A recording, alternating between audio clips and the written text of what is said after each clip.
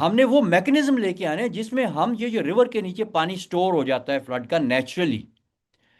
اس کو ایکسپلائٹ کرنے کے، اس کو مینیج کرنے کے ہم نے میکنزمز کو انٹروڈیوس کرنا ہے کہ یہ پانی اس دریا کے نیچے سے نکل کے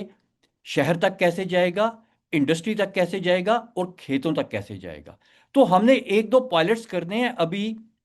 آئندہ آنے والے سالوں میں، جس میں یہ ڈیمونسٹریٹ کرنا ہے، کیونکہ یہ وہ، میں اب ان میکنزمز کی بات کر رہا ہوں جو پاکستان میں انووک نہیں ہے۔ آپ ایک ڈسٹرکٹ میں کر لیں، ایک کینال کمانڈ میں کر لیں، ایک نیا آپ لارج اریگیٹڈ ایریا کریٹ کر لیں، اس میں یہ آپ ڈیمونسٹریشن کر لیں تاکہ لوگوں کو پتہ چلنا شروع ہو کہ یہ چیز ہے کیا۔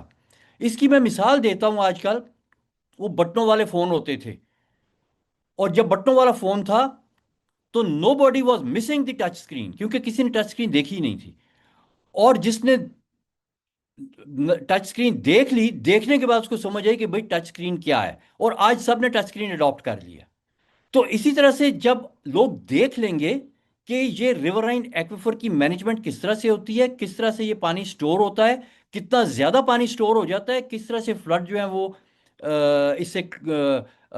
مینج ہو جاتے ہیں، ہماری اڈیپٹیشن ہو جاتی ہے فلڈز کے ساتھ، تو پھر آپ یہ سارے کام جو ہیں یہ آگے لے کے چل سکتے ہیں۔ لیکن ادھر بات ہی ساری غلط ہو جاتی ہے کہ جو بھی آپ کے پاس اس قسم کا کام کرنے کی انویسٹمنٹ ہے، وہ انویسٹمنٹ کی بکٹ نظر آتی ہے یہ ٹھیکیداروں کو، ڈیم مونگرز کو، تو وہ کہتے ہیں کہ یار وہ فلاں فنڈنگ سے پیسہ آ رہا ہے، کسی طریقے سے کوئی اس کی ایسی بندر بانٹ ہو کہ ہمیں بڑے بڑے ٹھیکے مل جائیں، اور وہ اس پیسے کو ان جگہوں پہ جانے ہی نہیں دیتے۔ اس سے پہلے کہ وہ پیسہ ادھر پہنچے، یہ پرائم منسٹر اور اس لیول کے اوپر پہنچ جاتے ہیں اور اس پیسے کی غلط انویسٹمنٹ کرا دیتے ہیں۔ اور 2025 سے تو خاص طور سے ہم دیکھ رہے ہیں کہ ایسا ہو رہا ہے، سوری 2018 کے آنورڈ تو ہم نے یہ چیز بہت زیادہ شدت کے ساتھ دیکھی۔